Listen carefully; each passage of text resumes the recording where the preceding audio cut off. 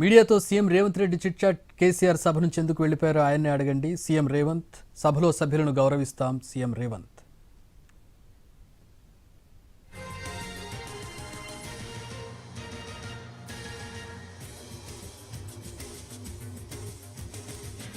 Assembly ప్రాంగణంలో CM Revanth Reddy మాజీ CM KCR ఏం మాట్లాడుతున్నారు?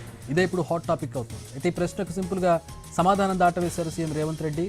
తామిద్దరం మాట్లాడుకున్న విషయాల గురించి వెళ్ళి కేసీఆర్ని అడగాలన్నారు.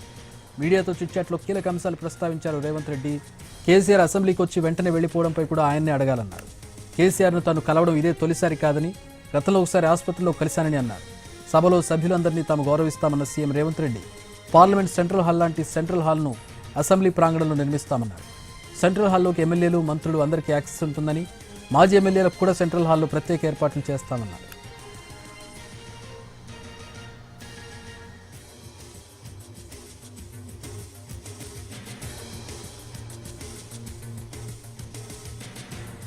అసెంబ్లీ ప్రాంగణంలో సీఎం రేవంత్ రెడ్డి మాజీ సీఎం కేసీఆర్ ఏం మాట్లాడుకున్నారు? ఇదే ఇప్పుడు హాట్ టాపిక్ అవుతుంది. అయితే ఈ ప్రశ్నకు సింపుల్గా సమాధానం దాటవేశారు సీఎం రేవంత్ రెడ్డి.